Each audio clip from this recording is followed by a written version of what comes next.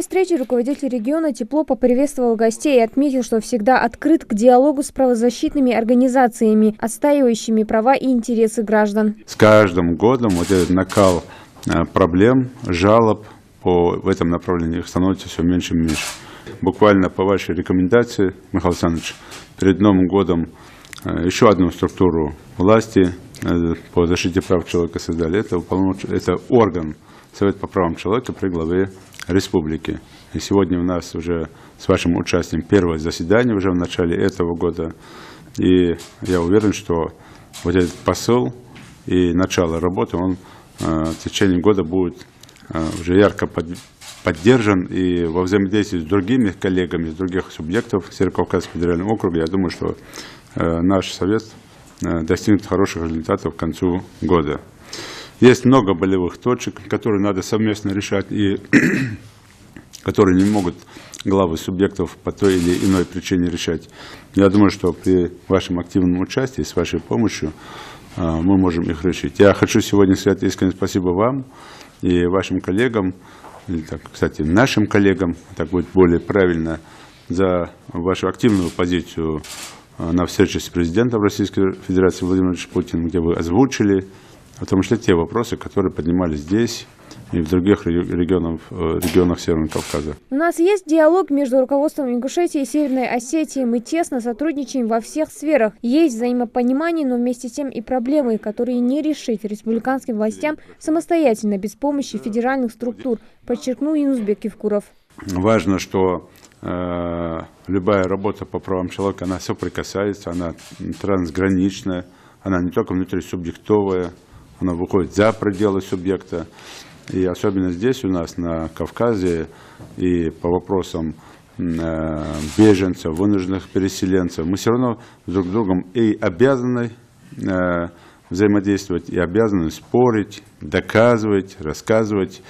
И в любом случае мы должны, конечно, опираться и на то, какой градус напряжения в той или иной сфере может наступить.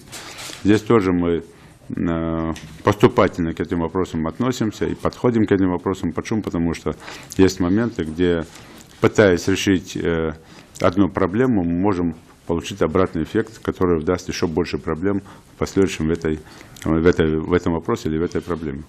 Поэтому, конечно, избирательность, она нужна и необходима. Председатель Совета при президенте страны по развитию гражданского общества и правам человека Михаил Федотов отметил, что по их рекомендации в республике создан Совет при главе Ингушетии по правам человека. Он пожелал, чтобы данный орган был активным, беспокойным и боевым, как президентский. Помимо вопросов таких больших, серьезных, затрагивающих интересы тысяч людей, есть еще проблемы, которые затрагивают интересы просто рядовых наших с вами граждан.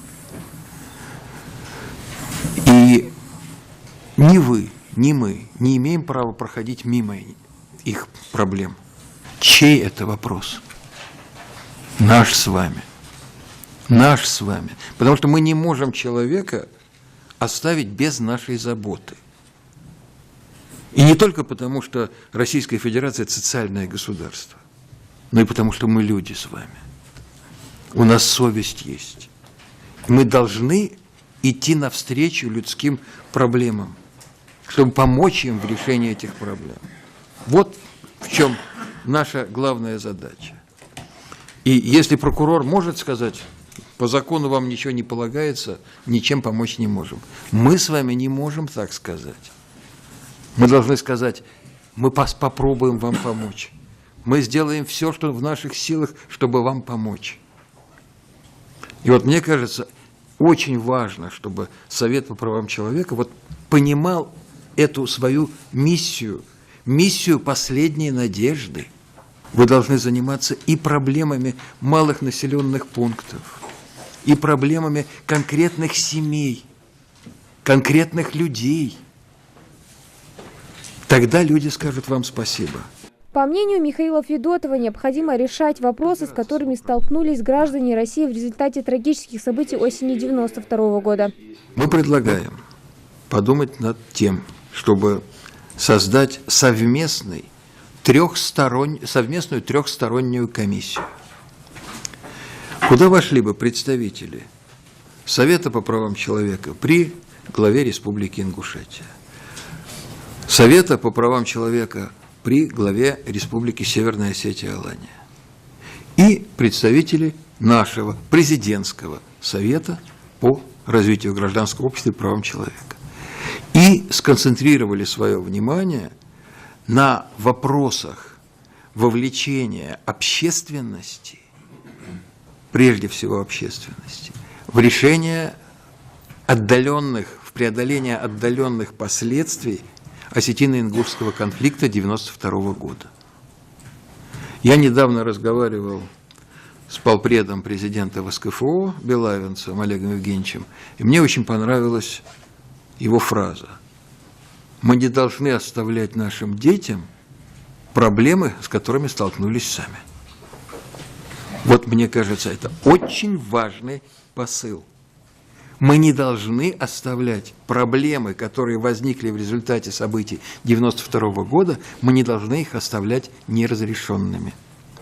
Мы должны постараться их решить к обоюдному удовольствию народов и Ингушетии, и Северной Осетии, и России в целом.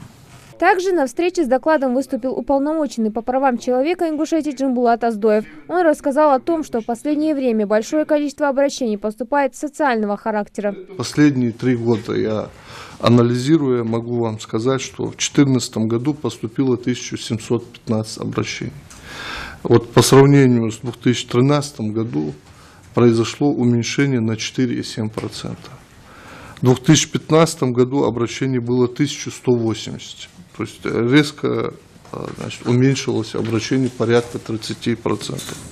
И в 2016 году, значит, увеличение произошло незначительно обращений на 4,8%. Обращения, значит, идут от малоимущих, многодетных семей, связанные с обеспечением жильем, социальным обеспечением земельными участками, льготы на услуги ЖКХ, льготное, значит, медицинское обеспечение и так далее. Вот эти вопросы.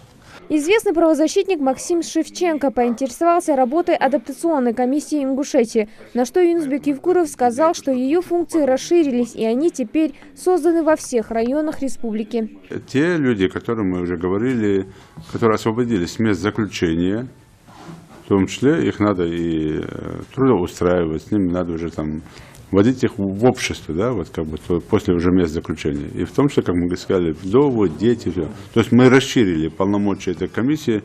Почему? Потому что, к счастью, эта комиссия, что республиканская, что муниципальная, они не имеют такой нагрузки, как это было раньше. К счастью, почему? Потому что нет такого там прецедента.